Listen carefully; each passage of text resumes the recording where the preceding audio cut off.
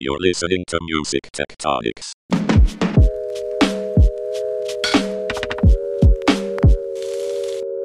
Welcome back to Music Tectonics, where we go beneath the surface of music and tech. I'm Eleanor Rust, Marketing Director at Rock Paper Scissors, the PR firm that specializes in music innovation and music technology. Music Tectonics is not just a podcast, it's also an annual music innovation conference. After 2 years online and hybrid, our 2022 conference will take place in person and face-to-face October 25th through 27th in Santa Monica, California. That's Los Angeles' neighbor by the beach. In the lead up to the event, we have a mini-series on the podcast on the stars of the 2022 Music Tectonics Conference. These folks are star music innovators in their own right, but they're also star sponsors of this year's edition of the conference. Our sponsors are big thinkers and future-focused movers and shakers. They sign on to sponsor in order to support the community that gathers at Music Tectonics. You'll get to meet them at the event, but for now, keep listening to get to know 2 of them. Hey everybody, I'm here with Dhruv Prasad, the chairperson of Music Reports. And just for those of you who don't know, Music Reports is the leading independent provider of music rights data, administration, and management services in the world. Their proprietary and continuously updated music and cue sheet databases, Songdex and QTrack, power a full-service technology platform for advanced music licensing, rights administration, royalty reporting, and payment settlement for the music industry. Basically all the hard stuff, right? So welcome so much, Dhruv, to the podcast. Thanks for joining us. Thank you very much. Thanks for having me. So can you tell me a little bit about your background and how you came to lead Music Reports? Sure. I have a background as an investor in media and entertainment companies, and then later as a operator of a broadcasting company. So about 12 years ago, I started a company called Town Square Media that became one of the largest radio broadcasters in America, along with a pretty significant live events, music festival, and concert producer. And then a digital content, digital marketing services company. And it was actually during that time at Town Square when I started to really get an understanding of music rights and the royalty administration system. And when I left Town Square in 2019, I joined a private equity firm called Mid-Ocean Partners. And the 2 of us together focused on investing in companies that I had a background in as an operator. And we initially, because of my interest and the market dynamics around music royalties and music licensing, which, as you know, are incredibly complex and Byzantine, it seemed like a really interesting opportunity for technology companies who could solve the problems, the myriad problems that exist in music licensing. And that's how we became aware of Music Reports. The thing that drew us and me to Music Reports in particular was here you had this really, really special company that was not well known in the marketplace, but had 2 really unique assets. The first was Songdex, which is one of the core assets of Music Reports. It's the largest independent source of music publishing and music ownership information in the world. And then second, this deep, deep reservoir of talented people who had worked in this business and specifically in music licensing and music rights for decades. And so you had kind of this world-class asset, which was the data, coupled with really world-class expertise among the people at Music Reports around this really, really complicated and esoteric topic. And those were the things that led us to make an investment. We acquired the company in August of 2020. And when we did, I stepped in to lead the company. Thanks. That's an amazing background. And I love that you came from the broadcast side and can really understand one set of the pain points of music licensing. Of course, their publishers have their own woes, and it's really awesome to have someone who can get the big picture. So speaking of once a broadcaster, always a broadcaster. Amazing. So Speaking of the big picture, how does Music Reports fit into the larger music licensing web of PROs, mechanical licensing organizations, broadcasters for that matter? So who are your typical customers and how do they benefit? Yeah, we're a neutral data source. So, in fact, we're the largest independent source of both publishing ownership information and cue sheets in the world. And when I say independent, we're not affiliated or owned by a music publisher, a record label, a CMO, or a PRO. We're our own unique, our sort of own unique company, existing as an intermediary in the space. And our typical customers are the platforms. So whether on the broadcasting side of our business, they are television broadcasters in the United States. We help them administer the per program license, and we sort of help the broadcasters organize their data and their rights information and work with the PROs on their license fees. And then in the other part of our business, we work with digital platforms, connected fitness platforms, social media companies that are building a music distribution presence. Uh, Again, to help them organize their usage information, tie that usage information to uh, music publishing and composition level data, and then make sure that the owners of those compositions, independent publishers, songwriters, and the like, get paid for that art. How have you experienced attitudes towards data changing? It feels like data used to be something that we locked away, that we kept in our own little spreadsheets, et cetera. And now I feel like there's really been a sea change, not just in music, but in, I don't know, what we call it, entertainment, the creative industries overall. How have you experienced that, if you have? Yeah, listen, we want to see more transparent data. We're a data company, and I think one of the most rewarding things that's happened in music, and as you said, more broadly across entertainment over the last several years, is an expansion in the level of transparency around both usage and ownership data in the market. That I think, if we can be a small part of making that change in the industry, that's very gratifying for us, and I think the industry is moving in that direction. I think when it comes from the create, ultimately, the need for transparency today is really being driven by both sides of the ecosystem. From a rights holder perspective, creatives should demand perfect clarity into what they're being paid for and how much they're being paid for it. And on the other side, rights users want to have that clarity of how their dollars, the dollars that they're paying into the licensing ecosystem, are ultimately flowing back to creators, who they're compensating, have visibility and sustainability around that expense side of their business. So both sides are really, I think, looking for transparency, and that's why I think you're seeing more of it in the intermediaries and in the market. And ultimately, both sides are coming and finding common ground on the issue of transparency. It's kind of an exciting moment, I have to say. I think that's right. Yeah, I think it is too. Are there other trends or influences or dynamics you're starting to see? You get to hear about a lot of people building many things or trying to build many things. What what are you tracking on? Where do you think innovation is headed at this moment?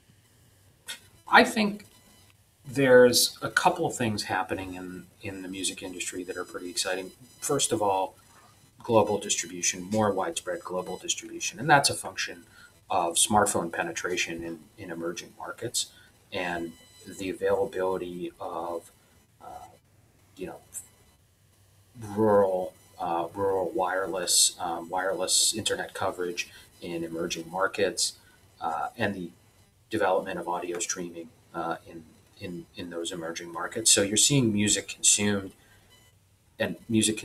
legally in more markets today than you ever have been before. And I think, honestly, the music platforms, the Spotify's and the Amazons and the Apples of the world, are to be, along with the Angamis and the Savins and the more regional platforms, are to be commended for this, because they've built a technology that is exposing music on a legal basis to audiences across the globe, and getting that music out there and taking advantage of the, as I said, the internet infrastructure that exists and the smartphone penetration that's happening. So global distribution, I think, is one thing. And obviously, we at Music Reports want to be there with our customers to support them as they go into new and less developed copyright markets to, from day one, establish, or at least help establish, a legitimate copyright regime and legitimate compensation for art in those places. I think the second thing that's happening is music is popping up not just in pure play audio, but in all of these different end markets. That's become very interesting. And you saw that over the pandemic a little bit with music being used and driving connected fitness and social media companies. I think that's the kind of second and third innings of how music is going to be distributed and sort of play out in new end markets. Obviously, we, like many others, are tracking music in the metaverse. My friend Vicky Nauman has done a lot of work on this topic, and I think she's one of the real experts in the space. But the rules of music usage in the metaverse are still being written, and the use of music in the metaverse, people are still trying to figure out how they use it. That's pretty exciting. So I think that's the thing that we're tracking. Is what are the new end markets for music usage, and we want to be there to help write those solutions. Yeah, it's a very exciting time for music lovers worldwide, especially as big markets in South Asia, Southeast Asia open up, Latin America, where there is just all sorts of music that was not in, quote unquote, in the traditional catalogs, right? So, what people listen to in India is so radically different from what people listen to in the US. There's not a lot of overlap. And so it's an interesting moment where where there's going to be some great cross pollinations. We're already starting to see the first signs that it's really, really cool purely from like a music obsessive perspective. So speaking of the future and crazy things to come, let's get a little sci-fi here for a second. When you think of an ideal music future, your sort of utopian music world, what do you see? Yeah, listen, I probably have less imagination than most people you talk to on this question because I'm like, I come at this kind of from a data nerd perspective. I see. Well, you could see a beautiful future where a stream happens and everyone gets paid the next day. Well, I think this would be my dream, is really, really clear tracking from the source data at the moment of creation all the way through to the usage and then back, so those two flows of information going into the system from the moment of creation and then money going back through the system at the moment of usage. Perfect information at each step of that process. And actually, I don't think we're that far away from it. And I think the solutions for it, the technology solutions for it in large part exist.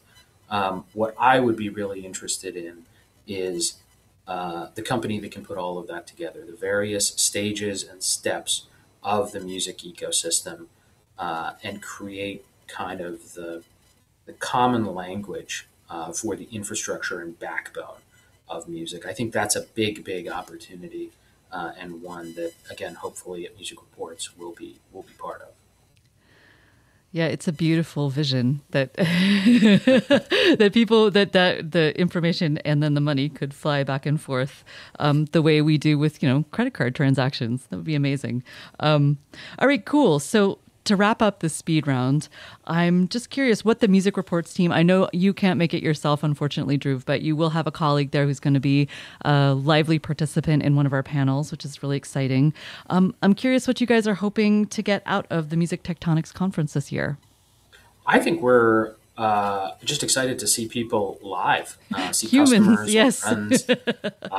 Obviously, it's a chance for us to get the word out about our company and see our customers and see potential, get an opportunity to meet with potential new clients as well as other types of business partners. I just think seeing people face to face, this is probably maybe the first or the second conference that we've been to since the end of COVID.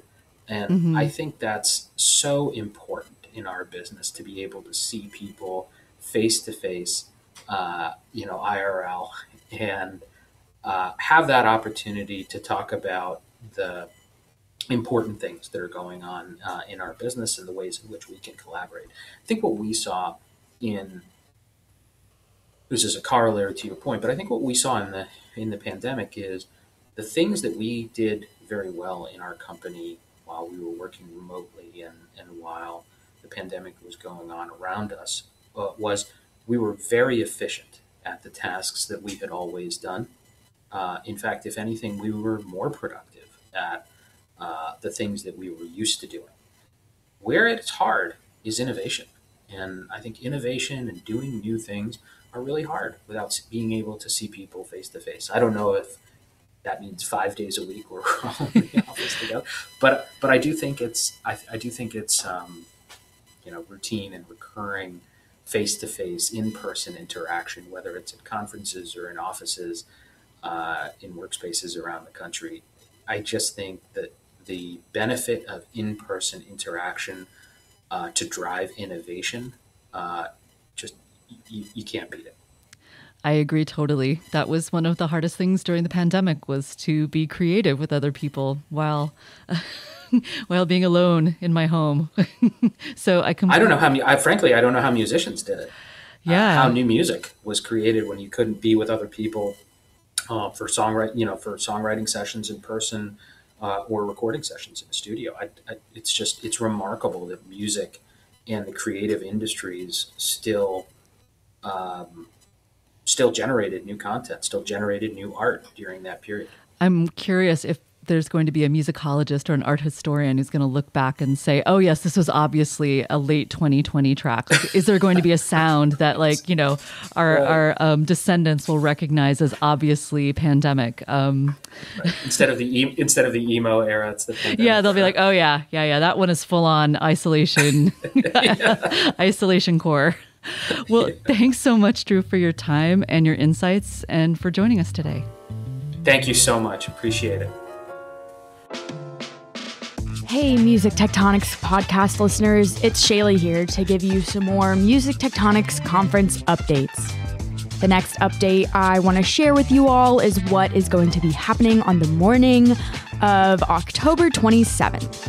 So we are going to be at Expert Dojo, which is this rooftop open air venue just a couple blocks from the beach. And we are going to hear a presentation on the future of music from Media Research. We're going to hear from analysts Chris Thakrar and Tatiana Sirasana as they give a data-driven presentation around how music is becoming a background activity as media consumption transitions to platforms like TikTok and Twitch rather than traditional DSPs like Spotify. Don't miss this presentation and all the other great things happening at the Music Tectonics Conference this year in Santa Monica, California, October 25th through 27th. Get your Music Tectonics Conference badge at musictectonics.com. Eventric's Master Tour is the world's leading platform for tour management. The platform includes tour personnel, travel itineraries, venue details, day sheets, guest lists, set lists, accounting, tasks, and more. Master Tour allows for online collaboration, offline access, backup and security features, and the ever-important reports. Eventric is launching deeper venue services in its upcoming product to provide accurate information to touring companies.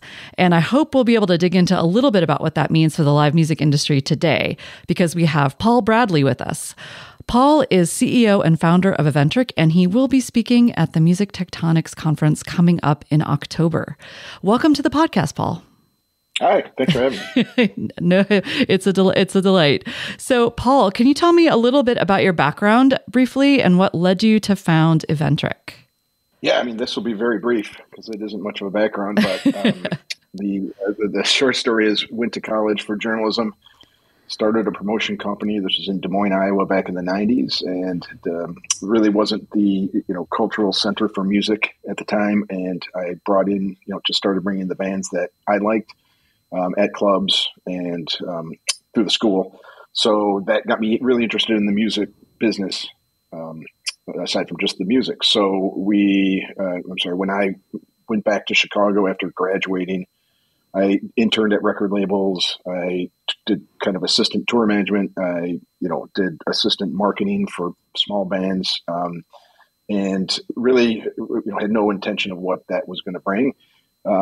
About a year into it, one of the labels I was at needed a drummer for one of the bands. It was, a total kind of circumstantial thing. I happened to play the drums not very well. They didn't care. They just were more excited that I could drive a van, for 12 hours without passing out. So that was just supposed to be for a couple weeks. A band called the Drovers, which was a big Bloomington, Indiana hit. Gotcha. But that 2 years turned into 9. During the time I was drumming, tour management, kind of assistant managing, doing a lot of the, settlements and contract negotiation. I mean, this was a small band, but we were doing 220 shows a year. So, it was pretty busy. Yeah. A lot of free time. And during that free time, I mean, as anybody in the small band or big band knows, I mean, most of the day you are just sitting around, there's not a lot to do. So kind of in the side of that, I was just constantly developing the software to track our band and track the contracts and the gigs. If we had hotels, just all the logistical information, which again, at a small band isn't a lot. It can fit on a piece of paper. But I was building that into a database so that we would have, a reference of what we had done in the past when we go back, because a lot of these venues, we were hitting 3 or 4 times a year. So it seemed important to know what we did, what the guarantees were, what the total count at the door was, how much merch we sold, if we did any interviews, if we did have a hotel, who was our special contact that would give us discounts, that kind of thing.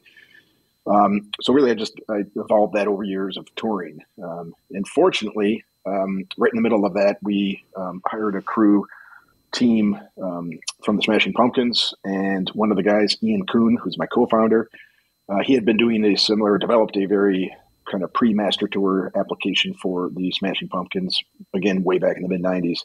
He and I toured. He was a technician, monitors, or he did our sound. Yeah, he did our sound. We hired way more people than we needed for a small band. It was like more crew member than the bands in a small band. So, but the fortunate thing is Ian and I kind of combined some of the thoughts of the software, pulled everything together. And then halfway, probably a year into it, he was hired by the Dave Matthews Band to be their monitor engineer. And so he brought his software to the band to say, hey, let's look at this.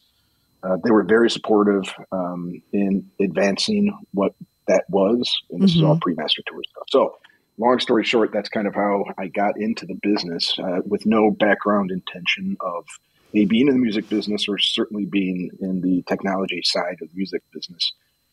But then for years, 2000, through the 2000s, we just saw this growing need, in inefficiencies and antiquation of processes that the entire touring industry was using. So it was very easy to take our simple software and insert it into the touring world, because everything was being done literally through fax machines and 3-ring binders and papers and phone calls.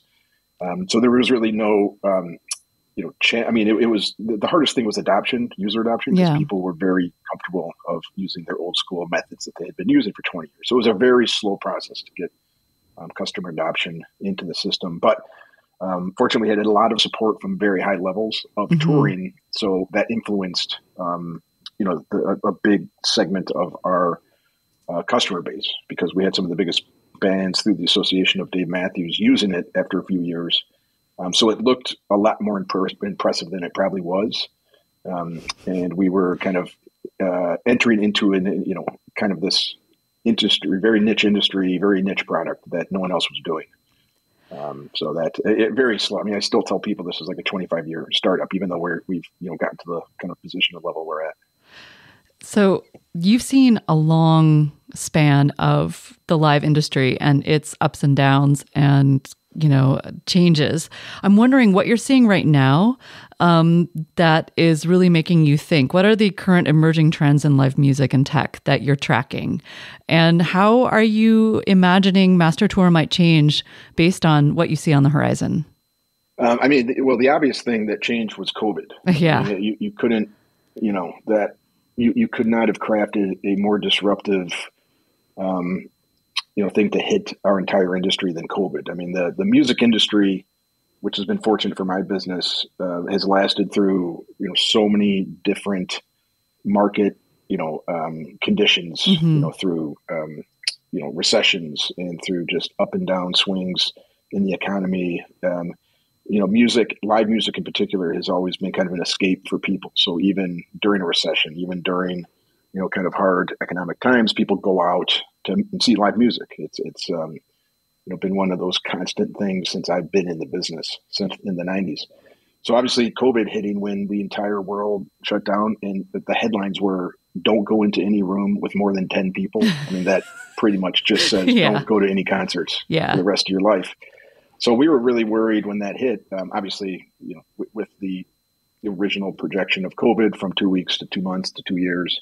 It was that kind of constant struggle. So, I mean, there's a whole side story of our, how we got through COVID.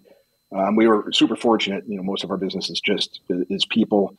We didn't have a lot of material costs. We didn't have inventory. We didn't have, goods and services that we had to keep on the shelves. And so it was really just about managing kind of our head count. We lost 80% of our business when COVID hit. Wow. Immediately within the first month. Yeah. But again, we were fortunate. We got through it with a lot of the PPP funding, a lot of every single one of our customers, like, hey, this is obviously not, you guys, we are not touring. We can't use your software. When did you see things? So COVID has. Yeah. Oh, I'm sorry, Paul. When did things start to pick up again? Almost exactly 2 years to the date. Which is kind of, if you look at our user graph, it almost, I think has a lot of similarities to kind of, the state of the economy during COVID. So everything collapsed March, April 2020. And then, there was that little hint of, revival kind of, I put these dates based on concerts and festivals. So I just remember Lollapalooza of 2021, which was August. The first week of August, everyone thinking that everything was fine and back to normal. Chicago in particular lifted all of the, gathering bans. So, but that was short-lived. Omicron hit, and then it kind of really didn't. The music business in general just said, okay, we're not going to attempt to wrestle with this until it's over.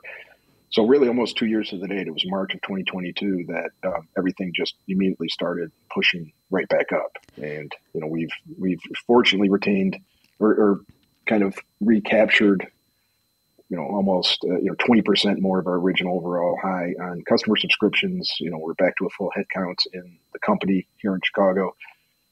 It's busier than it's ever been. Amazing. I don't expect that to last. Yeah. But so it's been a great summer, and with kind of intermediate scares of COVID, but I think the touring world, kind of the big trend on the touring side is all the bands are out. If they're out, they're playing, double book shows, which is bringing a lot of challenges to the music industry, kind of on the supply chain in general, because it just bounced back so quickly. Venues, vendors, agencies, everybody was not, I think, ready for kind of this wave of renewal in the, as fast as it came back. Wow. So you're not only thinking about the touring company side, but you're also thinking about the venue side now. So without going too deep into any secret sauces or as yet to be revealed sides of this new product that you're coming out with shortly, can you tell us a little bit more about how you're imagining these venue services at Eventric and how they're developing? Yeah. So, our core business forever since we started this has been to give software services for the tour. And by the tour, I mean, it's, the tour management, which, think of the executive team of a tour, the CEO, CFO, COO, which is the tour manager, production manager, tour accountant, road manager of a tour. We've always been servicing these individuals that work for the tour on the road. 99% of master tour is moving a touring organization, from one place to another, organizing the event, referencing data, from previous activity, to help make better informed decisions on, how they can tour efficiently, where they can stay, kind of the best practices for going on a tour. And really from it was pretty quickly in kind of the vision of the company that I thought, well, if we can do that, then, we should be able to service kind of the other, entities in the music business, the promoter side, the label side, the booking agency side, all the vendors, and especially the venues. So when Master Tour now works, they are kind of, pulling in all this information to play at a venue, big or small. And we deal with bands that play at the smallest venues, coffee shops, 100, 200 seaters, all the way up to, the biggest arenas and stadiums in the world. So, meaning that sometimes a tour, just has 2 people on it, and sometimes the tour has, 350 people on our service. So it's quite a range. So the next service we are providing, which will be launched in 2023, early 2023, is for the venue side. And one of the biggest pains that exists in the touring world is the advance process. So once the tour, gets the information that, hey, we're playing at, venue A in city A, it's up to them to find out who all the correct people are to communicate with, to say, hey, this is what we're bringing in. This is how many buses, how many people, how many trucks, how many, this is the times we're coming in. This is the hotels we're staying at. So there's a pretty detailed level, if you can imagine what it takes to put on a show, from load in to load out. And, these crew and these folks are working 18-hour days. A lot of people going to concerts don't, they go and they see this gigantic stage, these huge performances, pyrotechnics, lighting, and this, amazing spectacle. And that's most of the time been built in, 6 or 8 hours that day. And most of the time that exact setup's going to be in another venue 300 miles away the next day. So our venue system is going to help coordinate all that advanced process. I mean, and right now it's literally still done. These multi-million-dollar events are still done with Excel sheets, phone calls, voice messages, text messages, and it's a very archaic system. It works. It's the only way that the people have been doing it. There really isn't a service to help. So we want to basically help connect the tour with the venue through an electronic advance process. And this is going to really, I think, speed up the efficiencies of the advance. It's going to give the venues and the tours kind of a direct conduit of communication, instead of 5 or 6 different platforms. It's going to give the venue services kind of the same historical information that the tours have. So they're not doing all this redundant data entry. They know who the tour is. They know who the contact people are. They can look at past information of what they did, what the artist liked, what succeeded, what was disruptive. And then the bigger point to the venue service is to give venues a lot of scheduling and hiring ability. We have a network now of 290,000 users in Master Tour. There's tens, 20,000 plus venues in our system, and that service will allow the venues to help kind of just organize for a show, look at information about the tour, organize for the show, manage guest lists. And I think the thing that we're really most excited about is standardizing the technical package that the venues use to convey their information to an artist. So every venue has a tech pack that puts all of the information about the venue from, capacity to backstage location to stage size in a document. We're going to standardize that into one template. So whether you're playing in a small venue or a 100,000 seat venue, like all these tech packs look the same. So it'll just kind of bring that consistency to the industry, which I believe is really needed.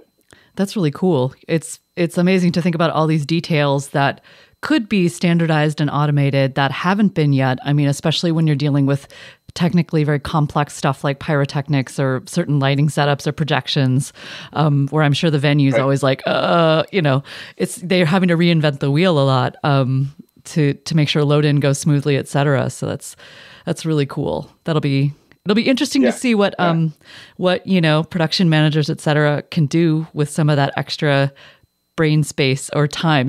Will things get? No, that's exactly right. I mean, you look at some of these tour managers, production managers. Again, they're the equivalent of a C-level, job at a Fortune 100, Fortune 1000 company. Mm-hmm. These guys are, doing in some cases, multi-million-dollar events every single day. Yeah. And you think of all the variables that can go wrong, that can disrupt the show, not just from, the performance, the attendance. You think of all the local conditions that they have to be aware of, and regulations and rules in each county and each city. But then you think of all of these small things that could, result in tens of thousands of dollars of extra expenditure that, they didn't plan for. Yeah. These people, these tour management, these production management are dealing with this with really no, aside from their internal team, which is very small, they don't have a big support service, and they're reinventing themselves. Not reinventing themselves, but they're doing this every day in a different location. So you don't have this like comfort, office network. Literally you can be running a multi-million-dollar tour and find out you don't have internet for 3 hours when you get to the venue. These are some basic things. Yeah. So yes, that's exactly right. One of the challenges we've had is how to quantify the value we bring. And it's really just about saving time for people. Yeah. And if these users can save a few hours a day because they're, eliminating redundant data entry, they can concentrate on things that, result in, big decisions, identifying future problems that they wouldn't have. And, a big part of it is making sure that the comfort level for the band and the crew, is there, and that's the other biggest problem with our industry. On the road, just think of all of the things that a crew person that tours most of the year, most of their life has to go through, from being away from family, not being in a consistent location, overworked, 18 hour days.